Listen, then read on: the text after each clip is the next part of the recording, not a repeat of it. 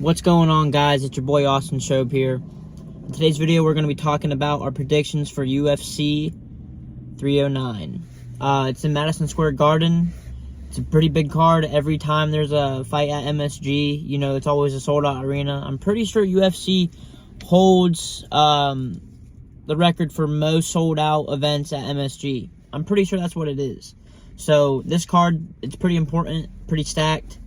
I'm happy with it. And we're going to be making our predictions for, I think, maybe like one fight on the prelim card, but then mostly just the main card. So let's get into it. So for the first fight on the prelim card, we got David Onama versus Roberto Romero. David Onama is kind of a killer. He's kind of a straight dog. You know what? No, he is a straight dog. This guy knocked out his last opponent. I'm pretty sure that was his last fight. But yeah, no, he put on a pretty good performance and had a really good KO win. So I'm going to go David Onama by KO. Next fight, we got Jim Miller and Damon Jackson. Damon Jackson's coming up to 155 for this fight. And he said he's felt a lot better, you know, coming from 55 instead of fighting at 145. So I don't know, dude, but Jim Miller's a dog. He's a dog, but he's getting up there in age. So I'm going to go with Damon Jackson by unanimous split decision. Damon Jackson by split decision. All right, for the last fight on the prelim card, we got Chris Weidman and Eric Anders. Sorry, I did not mean to butcher that, but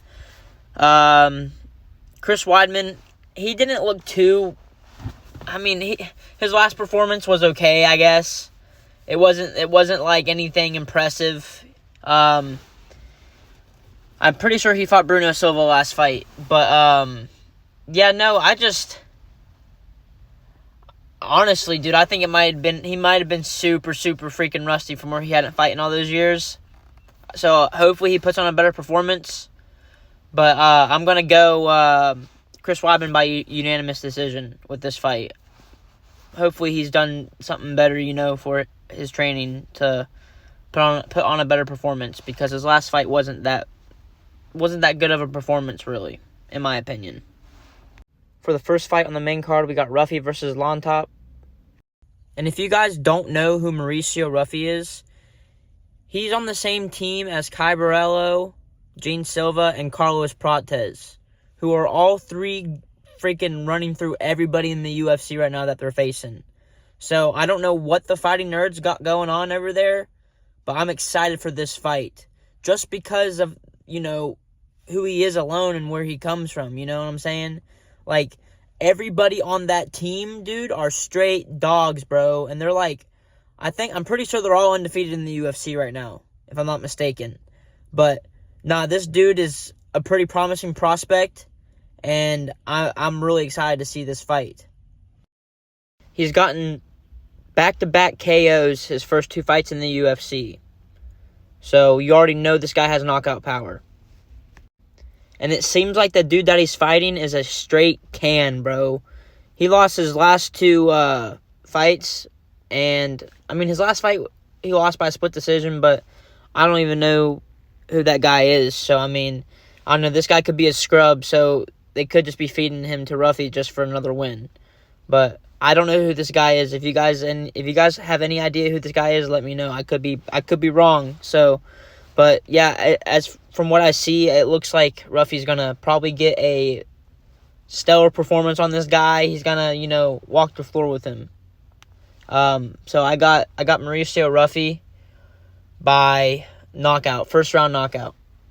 For the next fight, we got Viviane Araújo versus Karine Silva. Viviane Araújo's 12-6 in the UFC. But her last four fights, she's 1-3. So I don't know.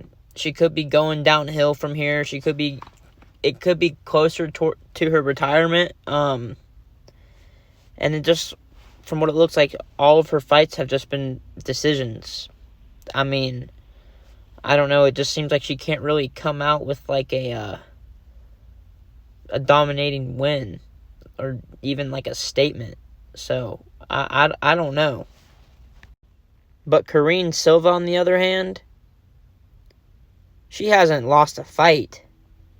I mean, just from what I can see, it just seems like she's just like a submission specialist. I don't know. I don't know much about either of these women. I know more about Viviana Ruja because her name's a little bit bigger from where she's been in the UFC longer. But I think I might have to go with this Karine Silva. I might take her by third round submission.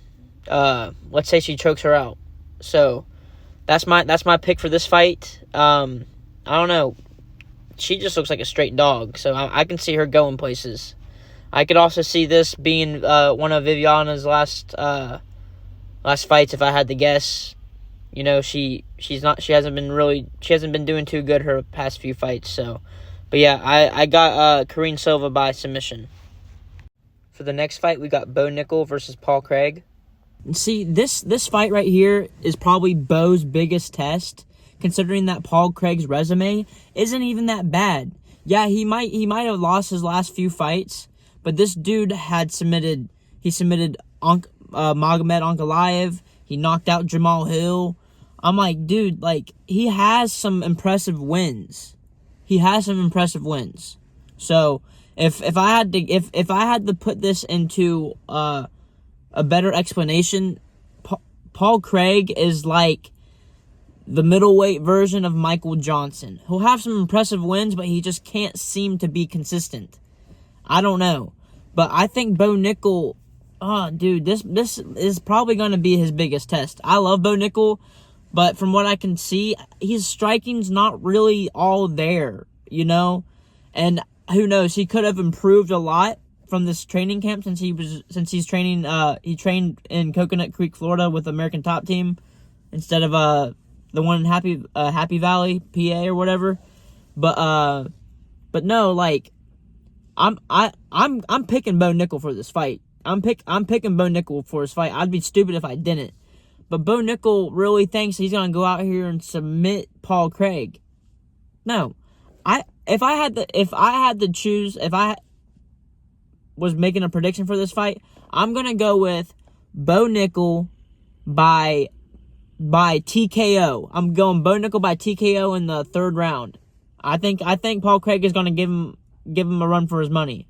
So I do think that this is probably his biggest test. So yeah, that's my prediction. Bo Nickel by TKO in the third round. See, Paul Craig is 17-6, but like, look at his record recently. You know, he hasn't been consistent. I think he's been doing a lot worse since the move down to middleweight. I think middleweight's a way harder weight class than light heavyweight to begin with. He also could be cutting a lot, too much weight on that's bad for his body. So, yeah, no, like, he hasn't really been consistent. So that's why I'm like really leaning towards Bo in this fight. But he also, I guess his last couple opponents have also been straight dogs. So, I mean, I don't know. We'll see what goes on in this fight. And yeah, I know Bo Nickel has gotten mostly submissions and one knockout. The only reason why I'm saying I think he has a better chance of, you know, knocking him out on the feet opposed to getting a submission on Paul Craig is that, like, none of these guys that he really faced were, like, jiu-jitsu artists. I mean, like, I can't think of anybody that he fought that had a really good jiu-jitsu background. He might be able to defend a lot of Paul Craig's submissions since he had a really good, like, grappling match against Gordon Ryan. But this is MMA. You know, there's elbows, kicks, like, punches involved. So it's not just straight jiu-jitsu. So, no, I don't think Bo Nickel's going to submit him. I think he has a better chance of knocking him out. So, I don't know. He definitely has power behind them hands. He's done it before. So, I don't know. I got Bo Nickel by, like, third round TKO. Like I said. Second to last fight, we got this banger rematch in Charles Oliveira and Michael Chandler. Listen, don't get me wrong. I like Michael Chandler. I don't have an issue with him. Honestly, I favor a lot of the wrestlers. But listen, The only reason why Michael Chandler is in this position is because he got screwed over by Conor McGregor. Okay, he had to wait all that time just to not fight Conor McGregor. You know, went through the Ultimate Fighter and everything. So I'm glad he's getting this opportunity, but it's been forever since Michael Chandler has fought. You know, he's like 37 or 38 years old, and Charles Oliveira is like 35 or 36. I mean, which is like, he's not too far behind, but it's like 3 years difference in age could be a big difference, considering you haven't even fought in how long. Yeah, he could have been training, but like, dude, ring rust is a thing. He couldn't, like, whenever you're sparring and stuff, like, I get it, right? But I just feel like, if you're, like, once you're in an actual fight, you're gonna be rusty. I mean, like, we've seen it in like, whenever Chris Weidman first returned, like, that dude had ring rust like crazy. Colby Covington against Leon Edwards, like, that's what I'm talking about. It's just like, I have that fear for Michael Chandler. I could be wrong, because he looks like he's in incredible shape, and he probably went through like a really intense training camp for Conor McGregor. So I could just be eating my own words right now, but I don't know, dude. It's hard to bet against Charles Oliveira, in my opinion. Like, what, he lost to Islam and Arman, arguably the two top dudes right now in lightweight division. I've been saying Arman has been a dark horse in the division for the longest time. So I don't know. I don't count out Charles, okay? I know Michael Chandler is a badass dude, but so is Charles Oliveira. So that's all I got. That's all I'm saying. But my prediction for Charles Oliveira versus Michael Chandler, I got Charles Oliveira by submission round 3. He's going to submit Michael Chandler in the 3rd round and get his title shot. That's my prediction. I just feel like Charles is more fired up than Michael Chandler is this fight. I just feel like he has something in him. So that's my official predictions for Charles Oliveira and Michael Chandler. For the main event, we got the greatest of all time, Jon Jones, and the heavyweight GOAT, Stipe Miocic. Okay, so this one's a little tricky, you know, because Jon Jones and Stipe Miocic, stylistically, have been probably some of the greatest fighters that we've seen in UFC history. You know, the only two men to really put it on DC in his career have been those two guys, Jon Jones and Stipe Miocic. Okay, the thing is, right, both these guys are super technical, and they have really good technique. They have really good game plans and really good technique, and they probably have really good coaches. And a lot of you guys are probably going to sit here and be like, oh, well, Stipe got knocked out by Francis. Bro, anybody who steps in the octagon with Francis has a good chance of getting knocked out. Stipe put it on Francis that first fight. So if there's any of you guys out there that think, oh, he got beat by Francis, you know, he's not dangerous. He's not gonna pose a challenge to Jon Jones. Oh, this guy is old. Dude, Stipe Miocic is a freaking dog, dude. Like, and the heavyweight division is one of those divisions where you can be at the age that you're at and still be good, dude. DC was fighting his last fight against Stipe at like 41 or 42 years old. Like, this dude was in his 40s, so it's like, and I know Stipe had a really long, like, layoff, but it's like, when someone's that good, like, look at Jon Jones. Like, whenever he first came back, he submitted Cyril Gane in the first round. Cyril Gane's, like, arguably probably one of the best heavyweights right now in the division. I mean, I don't know if I'm, like, you know, like, hyping him up too much right now, but, like, I don't know, dude. Just from going back and looking at Stipe's other fights, I feel like you guys would agree with me, too, on this. And no, I'm not saying I'm picking Stipe. I just think this fight is going to be a lot closer than what you guys think it will be. You know, I don't know. Like, whenever you're like, oh, yeah, I think, like, Jon Jones might finish Stipe. He might. But it's like,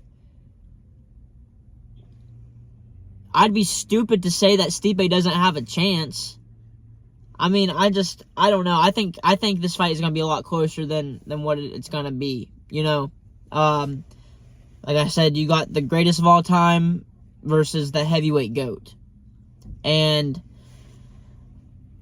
another thing I wanted to point out is, like, yeah, there might be some of you guys that will be like, oh, well, Jon Jones is training with better guys. He has Gable Stevenson. He has Gordon Ryan with him.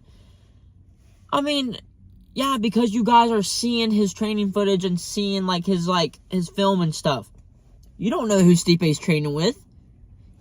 I haven't really been seeing him I haven't really been, like, seeing him with anybody, like, big, but he could be. He could be with some big name guys out there that's giving him good teachings and good lessons and stuff, and just teaching him a lot. I mean, I don't know. Like, nobody knows, but, like, I'm just, like, my point that I'm just trying to make is that I think it's going to be a lot closer. So, that's the only thing I'm going to say.